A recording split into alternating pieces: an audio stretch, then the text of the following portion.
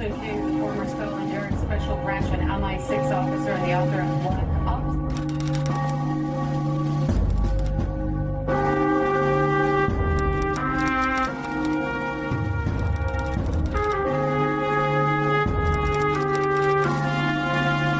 I was undercover for Special Branch in the jihadi organisation.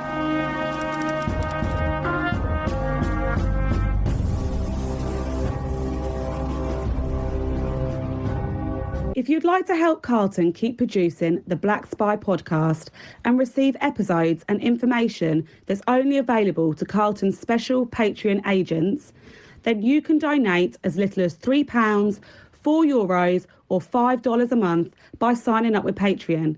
See the Black Spy podcast notes or Google Patreon Black Spy podcast and pledge your monthly amount. You can even win the opportunity to be a guest on the show. Thanks for listening. And don't forget to subscribe for free. My name is Carlton King, and welcome to the Black Spy Podcast, the show which shines a light on the world of secret intelligence, national security, and armed governmental personal protection operations, as well as the geopolitics of the world. You know, what happens in everyday life? What are we told? What do we expect? What are the secrets of that everyday life that you generally don't hear of? So this is the show. It's once again, and it comes up very, very quickly actually. We're once again at the end of season review, as I've called it before. That was season 4, believe it or not, we just had. So as in general, I have with me the sidekick, the man that keeps me on the step, the fellow that keeps looking to say, is this or that right? It's Dan the man. How you doing, Carlton? You good? Very good, thank you, Dan. What have you got for me this time from the end of this season? Well, I think we'll just take it as we normally do, and we'll just have a quick recap of what's gone on this season. It's been entertaining, actually. We've had some quite big guests, haven't we? Obviously, we had the man himself, the lead in the Netflix blockbuster Top Boy. Obviously, we had Mr. Ashley Walters. Oh, Mr. Ashley. Yeah, interesting story as well. Obviously, had a, what can we say, a very interesting life. How did you find that? Yeah, checkered life. That's the word I was looking for. Yeah. How did you find it? Actually, I found it very, very interesting. You know, I was honoured, first and foremost, that Ashley would do it for us. He came on the show. He was very, very open. So, listen, as with everything that we do at the end of season review, if you haven't actually listened, go back and listen. All the episodes are on there, all the seasons are on there, but you have to listen to Ashley's. It's a two-parter, one after the other. That was pretty much strange for me, one after the other, but I did it. And he told me about his life. He didn't spare anything. The guy actually put out there, my brother, I'm going to call him now, put out there what life was like, the struggles he had, the mental illness that came about from the life that he was having, the search for a father figure, I think I'd say. Would you agree with that, having listened? Yeah, I think I would. I think it's quite an inspiring story as well. I think it gives a bit of hope to a lot of people coming from that same sort of background. So, yeah, it's very, very good to have him on. Very interesting and a bit of an eye-opener, really. Yeah, because there's that movement, wasn't there, from the kind of music to be into film, TV, the very early actually cracking film and TV, and then somehow, having cracked it, music sort of not getting the riches and living a normal life, whilst people thinking he's very wealthy. Falling into situations that he didn't need to. Well, I think it's the environment around it, isn't it? Yeah, that's it's a pull from the environment and obviously peer pressure as well. That's the one. So yeah, interesting story. That's right. So if you haven't heard it, listen. It's well worth a listen. As they all are, to be fair. And as again, I thank Ashley once again for putting himself out there for us, and to do that. Look, I'm still hunting down Vicky McClure. I'll say it now whilst I'm here. She said some time ago she'd do the show. I'm still trying to get her in for the next season. as I am some other people, the elusive football manager I've been trying to grab. Premier League football manager, your man, good buddy. He said he'd do it for me, so I'm gonna hammer onto him and see if I can get that football manager interview. See why I'm hesitating there, because I don't really call them interviews. I call them more of a sit down, just a talk, a chat. That's what it is. So let's try and get that Premier League football manager on, and we'll run from there. And a young up and coming Premier football player, and that's going to be very, very interesting. What's it like as a 19-year-old youth to have, frankly, millions of pounds in front of you? So that'll be an interesting thing as well. And what's it like when it doesn't all run as you think it should run? So those are the two I'm fighting for, and hopefully we'll go from there. But I think this season's all in all strongest. Well, it had to be, didn't it? Because I actually give four episodes to it. You know what I'm talking about, Dan. You're talking about, obviously, Sam and her struggles.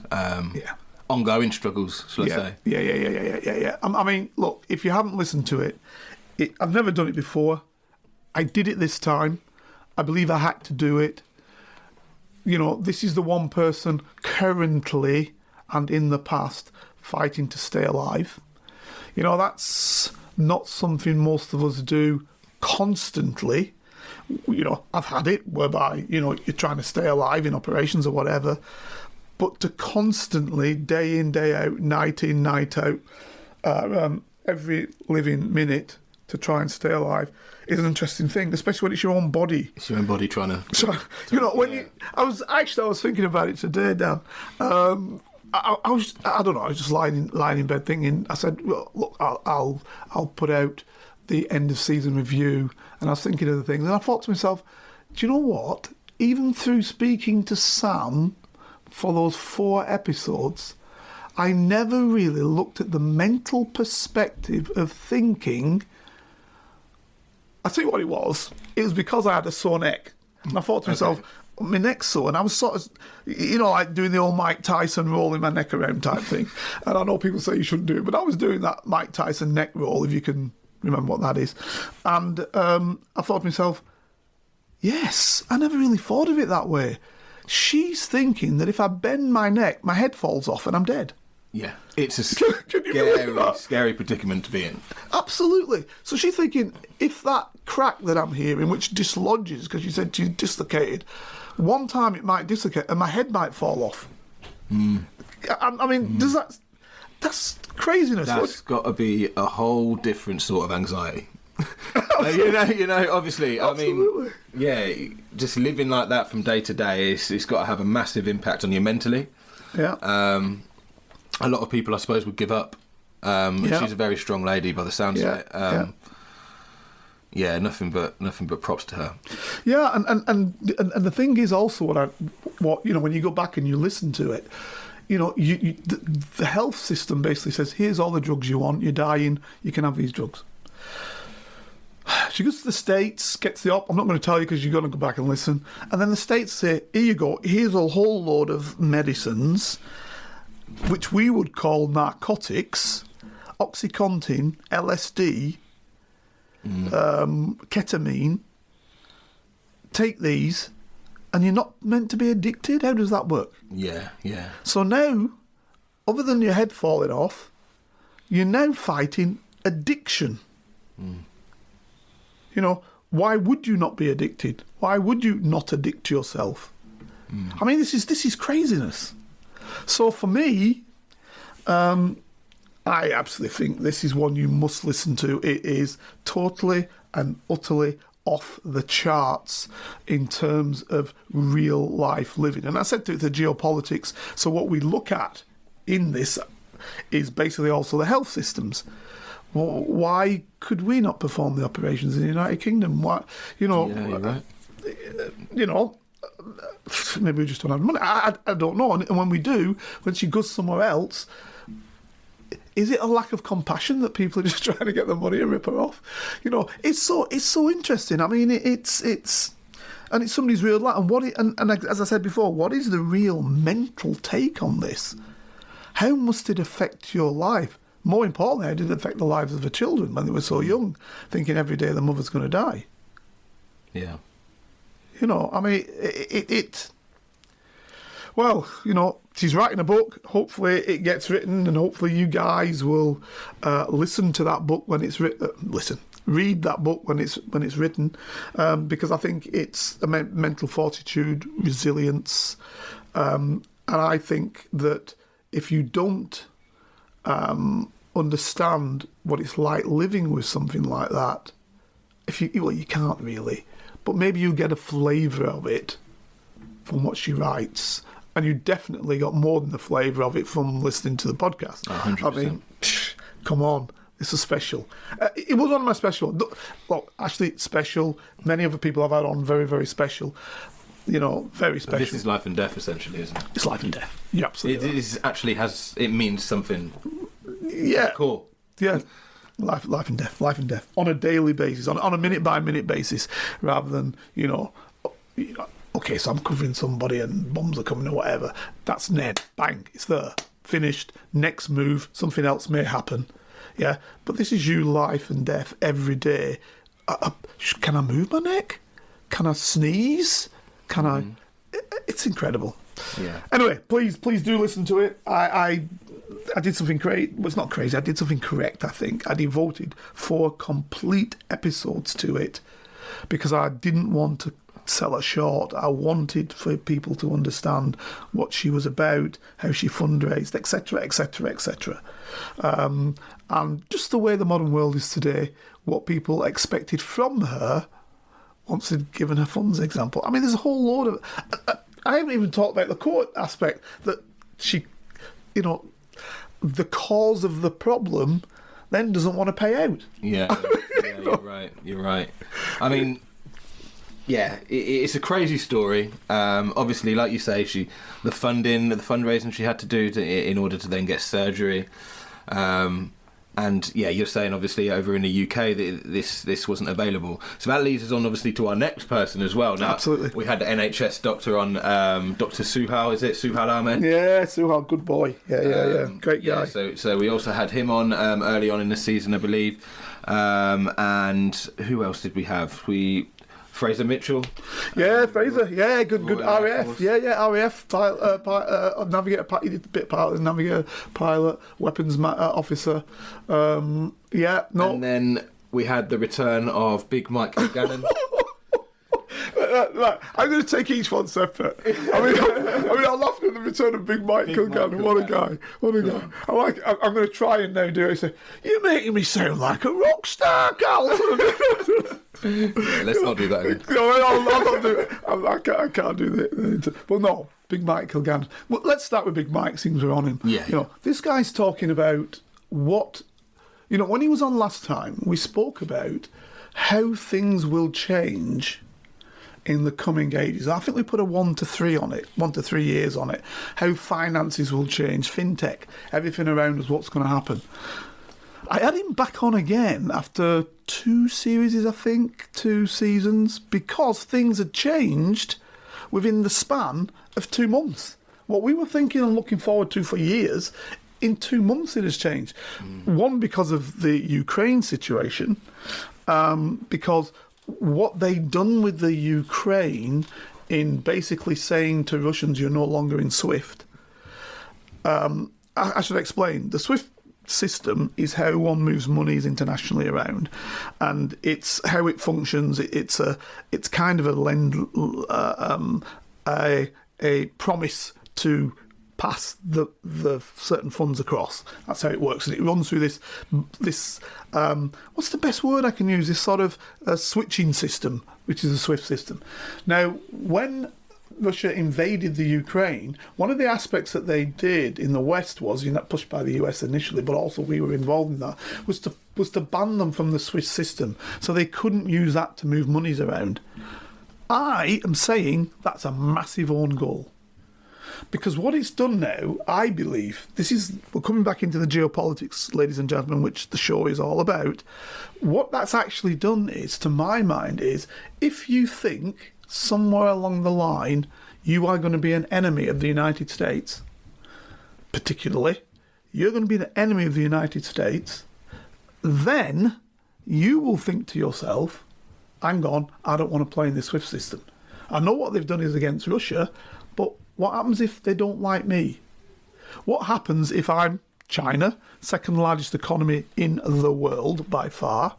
What happens if then, for whatever reason, the United States, which it doesn't, like China, because obviously a massive threat to China in terms of its economic power, even if there was no military aspect to it at all, economically, China is already forecast to take over from the United States as the most powerful country in the world economically. Maybe not militarily, but economically. So, this honour has been held by the United States by far amongst any other country. Even putting the European Union together, it still wasn't as powerful as the United States. It was very, very powerful, the European Union, but not as the United States. That's 28 countries coming together to try and defeat the US on that power level. Right, so you get this perspective that China could do this itself. So 2021, United States GDP, gross national product, was 19 trillion. China's was 13 trillion. Right? The next biggest to that single country would then have been Japan, which is about 4 trillion. So that shows you where the differences lie, 4.0 trillion. Right. Now, when you put the European Union together, it was about 16 trillion, including the United Kingdom, which is about 2.8, 2.7 trillion, United Kingdom. Take the United Kingdom out, that drops the European Union down to about 14 trillion. So still very powerful, and above and beyond China. But we then drop now to 7th or something like that by ourselves. So what I'm saying is, for the US, the challenge wasn't for the US for it to be fearful of individual European countries, which is why Trump did everything he could to split the UK off. Just thinking this in my head. Absolutely, you got it. Split the UK off from the European Union, and then he wanted to ding off all the others. So nobody was anywhere near the US, right, with the exception of China. Yeah. So now that's the threat now, China. So their big threat has been to somehow destabilise the Chinese situation. So coming back to SWIFT, so now you're Chinese and you see this SWIFT and you see what they've done with Russia and you think to yourself, right, I'm not going to go for this SWIFT system, I'm going to form my own. Now you've got an ally in Russia. Yeah, of course. Right? Yeah. And now you can see, okay, North Korea's not a great player, but you can see other players who may be a little bit, they're with the US, but they're a little bit tweaky that the US can do this. And I can imagine even some members of the European Union might consider that. Because even I imagine that, some of those within the Union who are obviously Western orientated and friends of the United States could always just think, is the US too powerful on being able to orientate me? Now, more important than that, I would say, is this. And it sounds strange, I'm saying it's more important. These oligarchs basically just call them rich individuals who plundered Russia after the end of the Soviet Union. Indeed, who plundered the whole of the Soviet Union at the end of the Soviet Union. But many of them being Russians, some of them not being Russians, some of them Ukrainians actually, and others who were involved in that plundering process at the end of the Soviet Union. Kazakhs have done it, some others, various countries that made up the Soviet Union, various states that are now their own countries. These guys now, who are billionaires, multi-billionaires, are all of a sudden now, if they're Russians, getting their properties taken from them. The football. Yeah. Chelsea. We're looking at Abramovich. Abramovich, absolutely. So Abramovich, he's got a company that's 3-odd billion, and next minute it's taken off him, and he's not getting any money. He's not allowed to have money. Also, as well, I see he got yachts seized and stuff like this. Absolutely. And, So now these are the wealthy people of the world, right? Don't pretend to me that all these wealthy people of the world don't think about their own wealth before they think about country or anything else. Of course. Right, so they now are fearful that the system is that the US, Britain, France, whomever, they've all made this agreement, they're going to take monies away from Russians because of this. Next minute, it's, I'm going to take monies away from X individual because we think X individual has done something. you know, and that ex-individual might even be an American, right? Yeah. So you can see how these people will be a little bit squeamish, thinking, hold on, have we opened up a can of worms here that allows people to take my good earned money from me and I get nothing back? So they sold off Chelsea, what was it, 4 billion or something? 3.7 billion, I think, right. And the fella got nothing for it. Yeah. Every one of them's shaking now. I'm telling you, it's not just them. How much political influence do these oligarchs have, realistically? Massive. Okay, so is the same thing happening in the UK, though? Are there billionaires here in the UK, English billionaires, who have political influence? Absolutely. There will, and I'll tell you why. I can remember when I was doing protection, and all the time we were in the city, okay? Mm-hmm. When I was a young DC doing protection, all the time we were in the city, all the time. And by that, the City of London, where all the money is, blah, blah, blah, blah, blah. And people were having meals in the city and all the rest of that type of stuff. If you look then thereafter, when politicians leave, and then see who they work for, right? So what's been orientated along there is, this is where I am now. I last in this post, you know, if you're Prime Minister, you last in this post for what, 10 years, maximum 13, 12, yeah? Generally, it's 1 term, maybe 2 terms. What do you do then? What does Boris do when he leaves? Now, of course, he'll get talks because he can speak. He's the ex-British Prime Minister, so he'll get talks. But you probably also want to figure, what can I cover myself with for when I leave, right? So they're going into the city, they're talking to these people, and no doubt various roles, and I can't say that for sure, so let's say allegedly, as one always says, various roles may well be said, listen, well, we'll help you out, you know, work in future, because you have an understanding of what might happen in the future. Yeah, you may have understood. Now they're going to argue we're not giving anything away, but if 2 years down the line and you were PM or you were Home Secretary or you were, I don't know, the Minister in charge of arts or whatever it might be, you've got some understanding for the next 4 to 5 years what's going to go ahead. Because that's what you're setting out in your tenure. Well, if you've only got to stay in purdah, i.e. not be able to speak about it for 1 year, 2 years, you've still got 2 or 3 years that you know that was being planned. Business wants to know that. That's business intelligence. I understand that. What I'm trying to get at is they've sanctioned Abramovich. However, how much did he actually have to do with making a decision? Yeah, let's go and take. Very true, very true. I would have said probably very little. I'm guessing. I would have said very little at all. You know, at the end of the day, President Putin would have made that decision. If you listen to the one I did, not this season before, end of the season, Nyon, on Ukraine, there were sensible reasons if you sat as a Russian as to why you might think, let's do it, but there were also as many bad reasons why you would do it. Yeah. You know, it would be tactically poor to do it.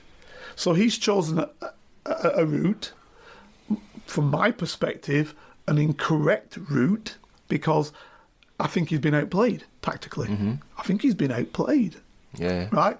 But the problem with war is, as I've always said, and why I actually went into the roles I did, is once you start war, you do not know where it ends. Yeah. And that is the biggest problem for war. Believe me, once you start wars, anything is possible. Let's look at something like the 633 Squadron.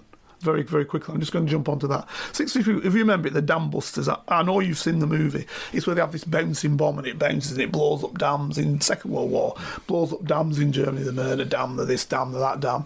Right. So the plan was to blow up 3 dams. Yep. By having bouncing bombs, and it's basically looked at in a movie, and the movie is congratulating the fact that we've created this process that Barnes Wallis, I think he was called, has invented a bomb that bounces and then blows up. Okay. Right, and the 633 Squadron were the lads who dropped it, the bombs, and you know it was a nigh on a suicide mission. The lads, brave fellas, flying it, and they've dropped the bomb. I think I remember it. I think right, you've seen the movie, right? Now this is the point I'm making. The result of blowing those dams up was what? You tell me, because I cannot remember. Right, the result of blowing the dams up was to basically drown all the people below the dams. Okay. Because you cannot blow dams up and for it to be tactical. It's just purely strategic, if you want to use that term. Yeah. So, in other words, what you do is you blanketly drown every woman, child and man in the cities, villages, whatever, below it. Below the bat dam. Right? Of course, yeah. Now, if we're saying there's war crimes committed in the Ukraine, what was that action? And that's just one action I'm talking about. If you look at the bombing campaign in the Second World War, it was complete carpet bombing of Germany. Okay? Mm-hmm. City to city to city, flat. Just burnt, blown up. Japan, exactly the same. Burnt, blown up. Nobody can argue that that was targeted. Yeah. Right? Because the vast majority of people being killed are civilians. Mm-hmm. Right? Because they're not soldiers. You're just carpet bombing. You're blanket bombing places. Right? And then with the atomic bomb done by the United States, there is zero argument to suggest that's in some way targeted. Yeah. Right? So what I'm saying is, once a war starts, everything is open. Yeah. Nobody cares because they're just winning the war. Of course, you're winning the war. Right? And that's where the problem lies. Yeah, so, I don't believe in this term war crimes because it's... No, I've nothing. There's a term for a war crime, of course there is. But where do you begin and where do you end? Exactly. Because if you're going to drop a bomb on a nuclear bomb on a city and overnight, well not overnight, within 1 second, you're going to kill 200,000 people, and then over the years to come, who knows, a million people? I don't know how many died from the bombs in Hiroshima and Nagasaki, from radiation poisoning, etc., etc., etc., right? If that isn't a war crime, then what is? What is? Yeah, exactly. Right? So this is where you've got to look at it. So it becomes problematic when you start using this terminology, unless you're going to do it for everybody. And as I said, if you're going to drop them on dams that blow up and put water in and drown everybody below, you've got to see...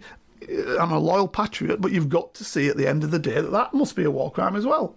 Yeah, I agree. So the problem is starting the war. Never let them start. That's my argument. Never let them start in the first place. So you do everything you can to prevent, and that's what I felt I was doing throughout my career, is to prevent the war in the first place.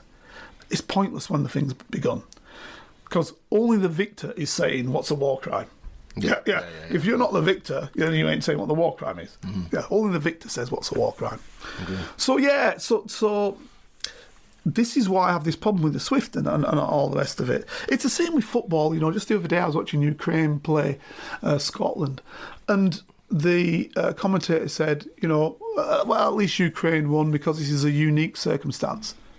It is in no way, shape or means unique that a football team plays who are at war. Because I can tell you, you can go to any World Cup and, exaggeration, let's keep it, maybe a quarter of the teams have some type of war and conflict going on in their country, right? Easily, right? And nobody says this is unique or, let's feel sorry for people. They don't. So again, this is another legacy, I think, from the actions taken, that people who look different in these countries but are nationals of these countries will say, well, why are we being treated differently to how the Ukrainians are being treated? So I think there's a big problem that is going to come to us all as a result of this. Anyway, we didn't come off the subject, we were on the subject, but I was just saying about this SWIFT. I think it's a big, big problem. And I think we've started something there that we haven't been able to deal with. And we'll have to look at it in future. This is the geopolitics of it now, ladies and gentlemen. It's not what's happening right now, it's how it's going to flow and ebb and how it's going to function later on in our life cycles. So that's an interesting one. And it doesn't say which side I'm on this side, I'm on that side, I'm on the other. I don't play that game. What it is about is, I know what my nation is and I'm to my nation, but it doesn't mean to say that I don't see the nuances at play. Yeah. And billionaires are going to look at it and they're going to say, this is a problem for us as a billionaire. Right? And so a new system's going to be in place, a new world order is going to be in place. And this is what Mike and I were kind of discussing. A new world order is already being brought up into place where your data is everything that's important, and the way forward is going to be how that can be monetized, how we can function, how states are going to be able to control who you are, your stem cells, blah, blah, blah, blah, blah. All of that's up for play now. Yeah. It's all up for play. Well, that leads us back, actually, 360 back to, obviously, we mentioned earlier, Suhal and NHS. Yes. And obviously you had a discussion with him, and you were obviously discussing as to whether the NHS is at breaking point. You mentioned there about billionaires as well. Just quickly touch on, obviously, NHS, maybe we're hearing... well, you're seeing in some places people discussing how it could potentially become privatised. Like you obviously mentioned about monetising things. Yeah. This is obviously a big money maker for people, potentially. Yeah. What's your opinion on that? What do you see the state of the NHS? How do you see it at the moment? And do you see it eventually going down a privatised route? I do and I don't, and the reason why it's not sit on the shelf one or the fence one. It's basically one that basically says there will be some element of privatisation, but it won't be called that. Okay. It just won't be called it. That's what it'll be, because as Suhal's saying already, you see, his innovation was that he's providing people with the opportunity to see a doctor via technology. Right now, if you now ring up your doctor today and you say, I'd like an appointment, in many places in this country of the United Kingdom, they're going to say 3 weeks down the line. I mean, my doctor, they're not even seeing people still. I mean... there you go then, yeah. Right? So now Suhal's seen this. So he says, how do we deal with this issue? Let's deal with it virtually. And the interesting thing what he told me was, and I'll take this with me, was that there's like a secret sauce, a secret glue being put on this whole medical aspect. So what they do is they say, when you are in medical school, they say to you, actually, what is all important is the history of a person's health. Right? And yeah, seeing them's interesting, but the reality is it's the history. What happened? What's your problem? Essentially the data, correct? Yeah. So if you can data analyse the information of the person, or you already have the information of the person every time they went to the doctor before it's all written down, the data's held, you can probably say what they require without actually seeing them. Yeah. Now that's interesting. That's it, yeah. Without actually seeing them. Now, he adds to that the visual, because it's on video, so you can see their face, you can talk to them. He says, putting hands on somebody, as we did, we saw that as like a little bit of, for want of a better, a little bit of voodoo. You know, so the patient thinks something's being done to them, putting their hands on them. Now, yeah, there are occasions when you put a hand, oh, I feel a bump there, or whatever. But he said 9 times out of 10, you don't need to do that. 9 times out of 10, just talking, listening, understanding what they're saying, and then going through the machinations of, it could be this, it could be that, it could be this, it could be that, it could be this. Well, who does that better? A machine or a man? Or a woman? Of course. A machine can just machine learn. Right, let's put that out, let's look at that, let's look at that, let's look at that. So right, that sounds more like that. The likelihood is it's that. Yeah. Because that's essentially what it is, isn't it? Like you're saying, it's probabilities and probabilities. It's probabilities. You put it better than me. Probabilities.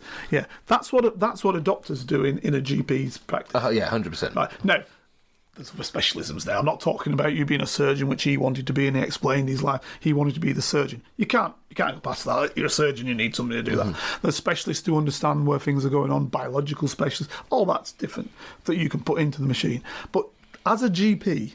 Yeah. You're looking at a whole lot of people coming to you with a whole lot of symptoms, and all you're doing is, through your knowledge, experience, and the books that you've learned, and the keeping up to date, you're trying to, I would say, analyse for my profession, but you called it... what did you just say? I said probabilities, didn't I? Probabilities. You're looking at probabilities as to what it might be. Yeah. Right? So that's what they're doing, and that's how his all-day doctors is going to work. Because basically you just turn up to a chemist or somewhere and you say, I want to see the all-day doctors. There you go. Bang, there's your number or something. Boom, you're straight in, you're seeing a doctor. Boom. And that's what I saw. His other bits were something to do with he had a locums that could be brought in. Now that's your privatisation. Your locums come in. He also explained to me, which I never understood, and I'm guessing many people don't understand who listen to the programme, that all doctors are private. What he said to me effectively was, listen to the programme, ladies and gentlemen, again, you should listen to all the programme. Effectively what he said to me was, a doctor's practice functions like a private body, but to the NHS, and he's billing them. Effectively, that's what they're saying. I see. Right? And then the medicines are got... Now, this is where the danger lies. The medicines you're bringing in, right, also relate to the fact that the pharmaceutical companies want to sell you medicines.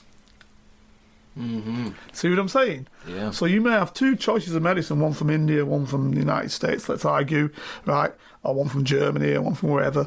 And because they've got a better process at advertising, maybe you go for the one that is better advertised, or better incentivised.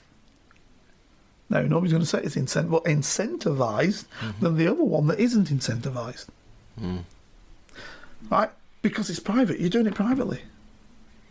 Now, NICE, which is the organisation that looks at it, that says medicines are allowed in the United Kingdom, it has to say, yes, this can be utilised in the United Kingdom. But oftentimes there's 3 or 4 medicines for one thing. So it's up to the doc now to choose which one he's going to put on. He may be choosing the cheapest, or she may be choosing the cheapest, because that's what's required for the practice, because they don't want to spend much money out. You know, there's a whole load of issues. Yeah. But I never really understood before. So listen to this talk, ladies and gentlemen, with Suhal, because it's quite interesting. It is very interesting. Quite interesting how it functions. So you can easily say it's privatised subsequently. Yeah. Just not said so. Not said so, yeah. Yeah. Yeah, no, it's fine. And I think the final guest we had on, we did mention his name earlier, obviously, it's Fraser Mitchell, the Royal Air Force pilot. Yeah. I think he's the Great guy. only other guest we've had on this season. How was it catching up with him? Fraser's great. You see, Fraser is what I call, you know, the beauty of the British military officer. I'm not bothered what service it is. He'll argue that you're better off in the RAF than you are in, I don't know, in the Marines or something, or in the Navy or something. But the beauty of a British Army officer, I think, often, is it's like that's it, a velvet glove covering a steel hand. You know, there's a lot of sort of understatement. Okay, but it's you know, there is a certain strength there and capacity there, and I think he comes over with that superbly. He actually came over about, you know, we'll just have to see how it goes. You know, I'm dropping from 40,000 feet down to 10,000 feet. We're all going to die. Well, we'll just see how we can run with that. I mean, I loved it from the Falklands. I never forget one where in the Falklands War. Again, I don't like war. I'm not trying to underplay war. I've tried to prevent war all my career.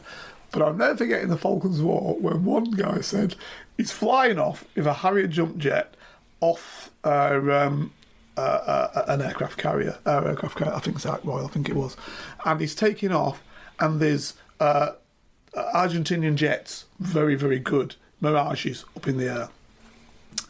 And he said, the report system, he said, are you ready to go off? He said, yeah, I'm ready to go off, ready to rock and roll, sort of thing. Didn't say rock and roll, he said something else. He said, I'm ready to go. And he said, you do realise there's a lot of Mirages up there? He said, yes, it's a target-rich environment. Yes, you're outnumbered, but it's a target-rich environment. I love that. So you're outnumbered, but it's not that I'm outnumbered. It's a target-rich environment. Fantastic, you know. And that is what Fraser, to me, was able to get over again. He had that sort of glass half full sort of attitude. Yeah. He had that sort of attitude that just came beautiful, which he was explaining about, and I won't spoil it by telling you about it, but all of his sort of things that he was dealing with. He was dealing with interdictions of drug people drug trafficking in the Atlantic. He was looking for Russian submarines. You know, all the rest of that. It's beautiful. It's very interesting. Very different and varied. Working with the American on various issues. It was very varied. So please don't don't not listen to Fraser. He is somebody you should listen to, and the guy is great. And as I said, he epitomises the British Army officer class. And I know some people like to say lions led by donkeys, and okay, maybe if you were an army officer in the First World War or before, and you didn't need technological capacity, maybe that was true. In fact, I think I put this to Fraser. I think I said that the reason why I always liked the idea of the Navy was that the Navy was egalitarian. The Navy had to take officers who could read a sextant. It was no good having some guy who just happened to be Lord Palmerston's son and put him in charge of a brigade, because you couldn't do that. Yeah. You know, if you're sailing the ship as the captain, you need to know when you're in the middle of the Atlantic and nothing's there. You need to be able to say where you are. That's where we need to go to. Yeah. Because I have the technical knowledge and capacity to understand that, and I think the RAF's kind of the same, because it's just, you know, you're flying technical machines and you need to have that knowledge. But as he points out, and I thought he was great, he pointed out, well, all the lads have the technical knowledge when they're on there. I don't care whether you're private or flight officer, person, or you're an officer. You know, my crew, he said, when I'm picking my crew, I want my crew to have all the technical capacity. So he's actually saying all the lads have it. So he's saying up and down. Now, I don't dispute down. I think British soldiers generally at the basic level are trained very, very well. So I don't dispute down. Sometimes there's been a question on up, whether at the top level, you know, it was what it would have been. But I think it is. I think, you know, my experience with the Army, my experience with the Air Force, my experience with the Navy, I've experienced with them all. I think they all have a capacity, and that's what's been good about it. So yeah, that was excellent with Fraser. So I think that's pretty much the roundup of the season so far. Yeah, it was. What you mentioned, you briefly touched on at the beginning, what we've got to look forward to maybe next season. Trying to get a few high-profile interviewees on, shall we say. We've got people from sports stars to actresses to actors. So, yeah, it's going to be an entertaining season. Can you say actresses? I don't know. Can you? I don't know. I don't know. I mean, this is quite interesting. I mean, I'm just. Is it a slight to say actress because, or are we just being non-gender specific, or is it perceived as a slight? I don't know. I don't know how it works. I've recently started a new job, and I've noticed this, that at the sign-off of everyone's emails, underneath it says pronouns: he, him, she, her. And this is on everyone within the company. So it's obviously a focus that they're having at the moment. So maybe absolutely. Actresses is the wrong thing to say. You can't assume. I mean, I have heard actors, female, say actress. I've heard that said just the other day, in fact. Got to be careful nowadays. Just the other day, one female actor said that. So maybe it's not a faux pas. And obviously, you know, when I'm watching German TV or whatever, their nouns are what they are. You know, yeah, of course. You know, of course. It is what it is. You're not gonna. You know, it is a Lehrerin. You know, a female teacher. Yeah. They're never going to change that because that's just what it is. Feminine, don't you? Yeah, of course. So that we just didn't have it. So now we did have it for something like actor and actress. It was probably wrong. It's been now perceived wrong, and I don't know how that sits with other cultures. You know, example. Yeah, that's interesting. Same with Spanish. You know, professor. Yeah, got it. So anyway, it is what it is. So yeah, sorry, I pulled you back on that, my friend. But no, I think I was. We always like to keep up to date, don't we? Yeah. I think I was just going to say, like, just let the listeners know what they can look forward to next season. What have you got going on in the pipeline? What can the listeners or fans expect from you? As I said, there's a fantastic one with Liz.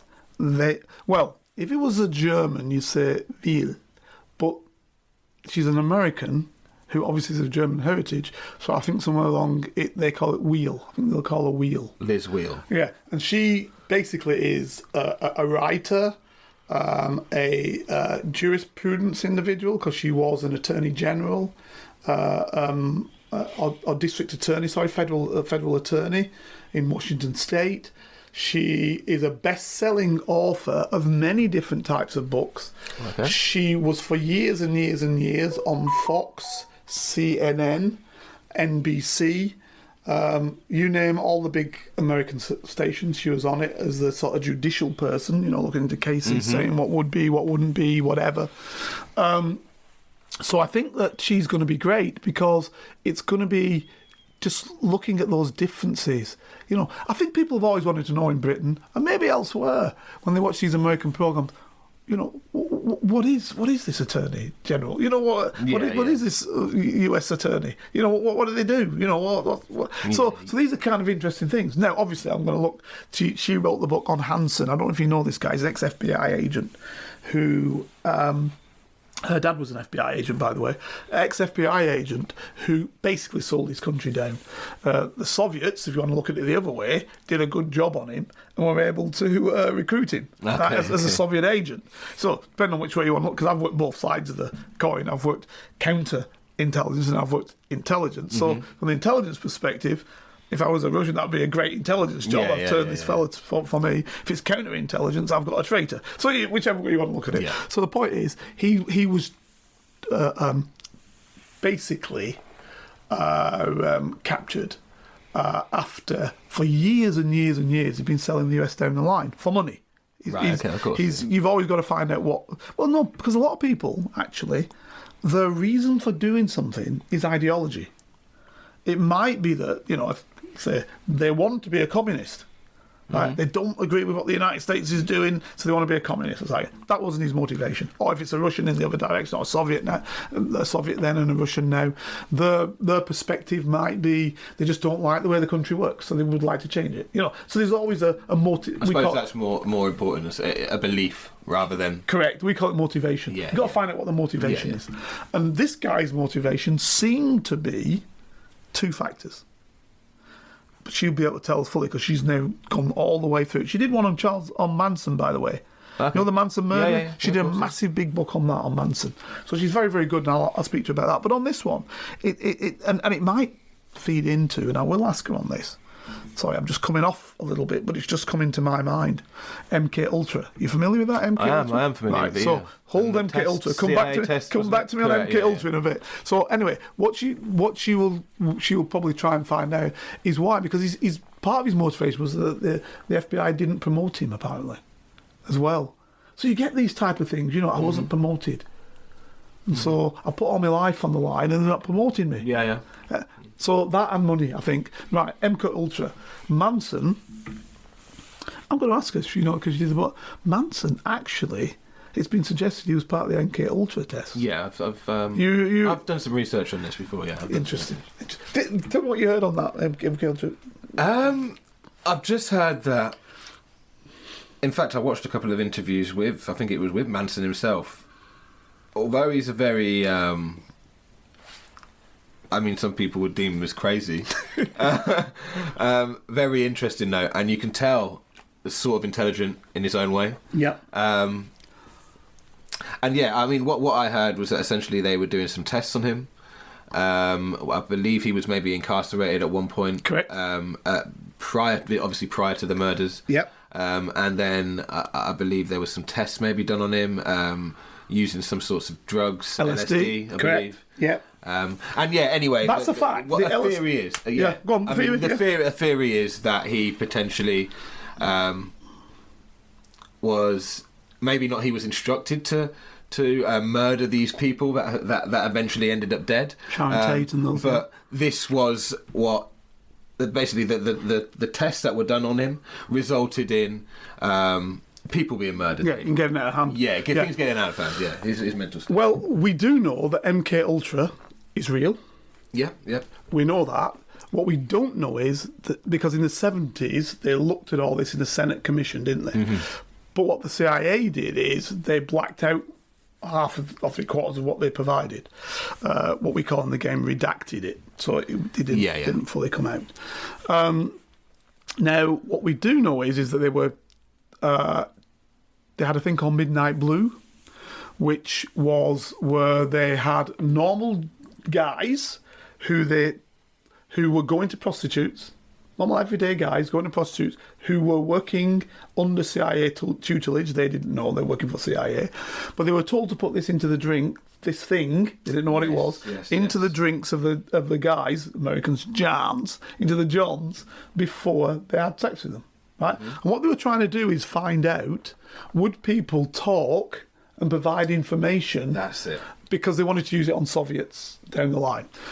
So they were giving blokes LSD and men and women LSD, men LSD, because obviously they're female prostitutes and men LSD, and these were people who were just from anywhere, just normal fella just doing his business who went to a prostitute, right? Boom, you're giving this LSD, and next minute there's at least one where fellas jumps out of the window. Yeah. He was actually a scientist. At least he was a scientist. He was a scientist. No, and I think his family now have He was managed... a military scientist, wasn't he? Yes, he was a military scientist. Correct. And I believe his family now have been compensated. So it's actually Correct. they've admitted. They did the direct operation on him, though. They actually directly gave it to him. Yeah, that wasn't Midnight Blue. The Midnight Blue ones were normal people. They didn't even know who they were, and they send them on their way.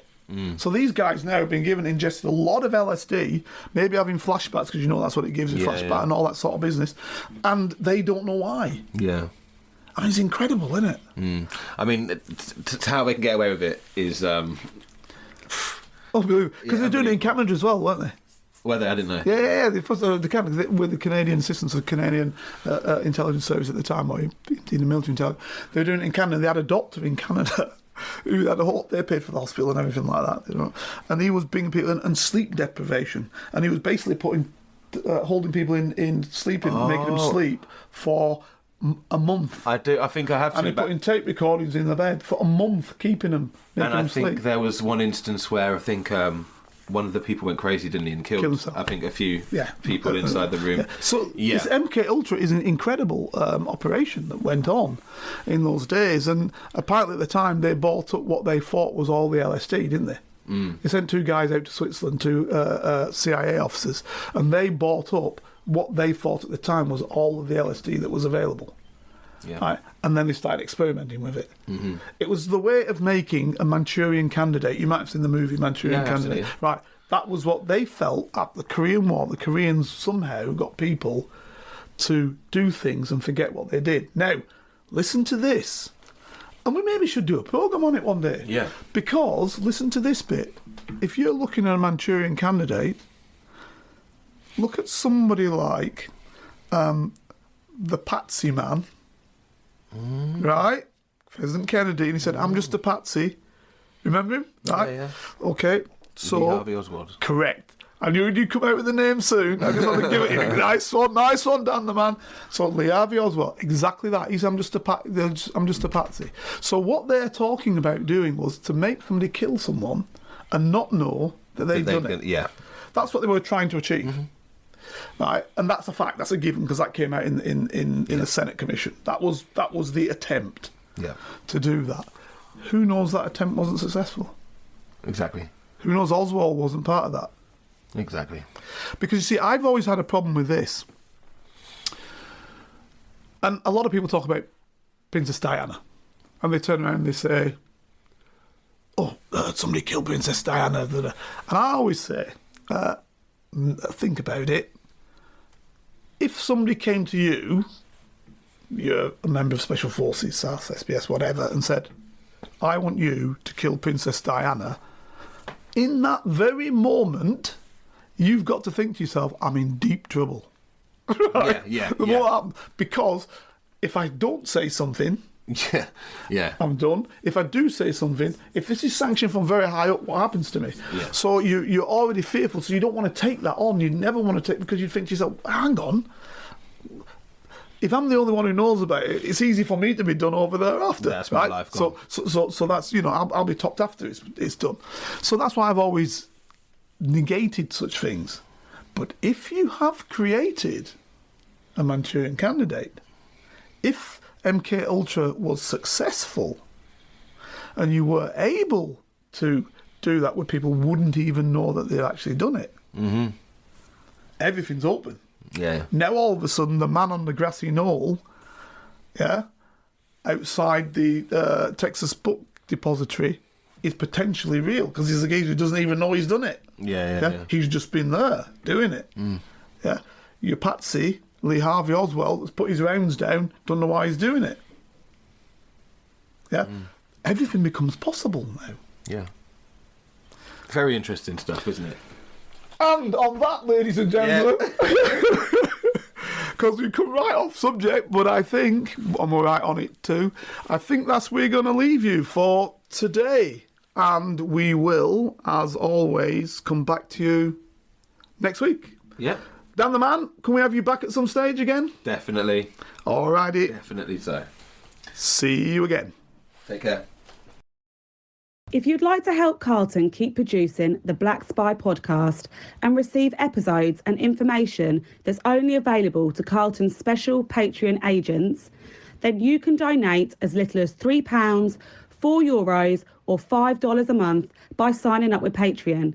See the Black Spy podcast notes or Google Patreon Black Spy podcast and pledge your monthly amount. You can even win the opportunity to be a guest on the show.